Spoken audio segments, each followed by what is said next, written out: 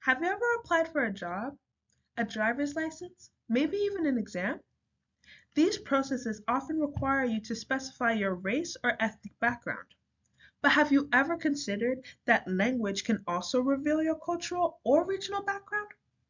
Good afternoon. My name is Shazara Wugwe, and today I will inform you about how race affects social linguistics, also known as racial linguistics, and how it can lead to prejudice and bias. Social linguistics is the study of language in relation to social factors such as class, gender, bilingualism, and race. Racial linguistics shows how language and race interact to shape societal perceptions, expectations, and individuals' identities. Today, I will explain how race historically affected social perception during colonialism, how accents and language influence perception today, and the negative impacts of bias in education and society. In 1492, when Europeans began to colonize the Americas, colonialism didn't just impact political and economic structures. It also forcibly changed indigenous culture, including language. Colonial powers created a false narrative of indigenous people being less than or subhuman in comparison to Europeans.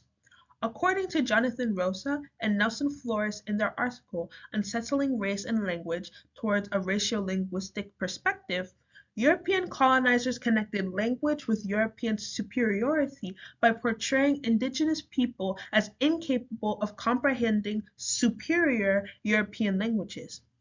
Indigenous languages were now portrayed as inferior, and colonizers forced their own linguistic standards. These language policies reinforce racist ideologies. This shows that language discrimination has been used for centuries, and some racist ideologies continue to shape how society views accents, languages, and cultural backgrounds. This history is only one example of how racial linguistics shaped social perception. Nowadays, many ethnic backgrounds deal with the repercussions of prejudice in languages. Language can also create prejudice, even today through accents and skin color. People with non-Western accents can face discrimination just based on the way they speak.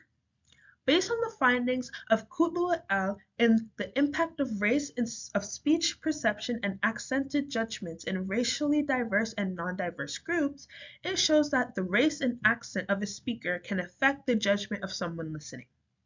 For example, Australian English accents and methods of speech are seen as legitimate and do not require proof of English proficiency, while Indian English speakers have to prove English proficiency in North America, even if what they're saying is completely understandable and credible. This passage also explains how many students who are minorities are discouraged from learning languages because of the harmful ideology of native speakerism or the belief that European accents or white accents are more valued and superior in comparison to accents of people of color. In the graph shown, accent perception is influenced not just by how someone speaks, but also how they look. A study by Kutlu and colleagues measured judgments of American, British, and Indian English sentences spoken by speakers with either white or South Asian faces. They found that South Asian speakers were consistently rated as more accented than white speakers, even when speaking with the same English variety. This clearly shows that racial bias shapes how accents are perceived. This bias reinforces outdated beliefs about European superiority. Everyone, no matter their accent or skin tone, should be seen as equal. Challenging these ideas is important to fighting racism and creating an equal society. Racial linguistics can also cause discrimination against people who do not fit European standards. Marisa Nelson and Laura Wilson found in their article, Implicit Bias in Multilingual Assessment in School-Based Speech-Language Pathologists, that bias against immigrants exists amongst school-based speech-language pathologists. Also, this study found that other demographic factors, such as the patient's experience or background led to less use of recommended and effective practices when examining multilingual children. This graph shows that in the dark blue, professional and effective practices were always used no matter the background or the language the children spoke.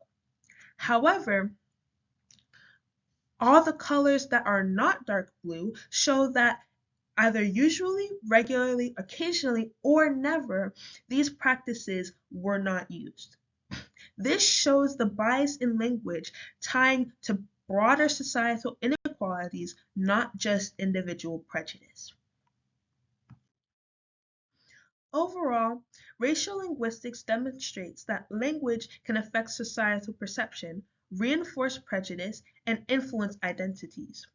From colonialism to modern-day accents, these biases persist and shape real-world outcomes in education, employment, and social interactions.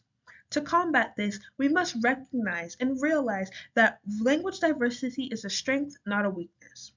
By challenging stereotypes about how people speak, we can promote fairness, inclusivity, and become more respectful for all cultures. Remember, as Alim et al. Remind us in the book Racial Linguistics, how society affects us, language is never just about language. It is always tied to relations of race, class, and power. By understanding racial linguistics, we can begin to break down biases and prejudice and create an equitable society. Thank you.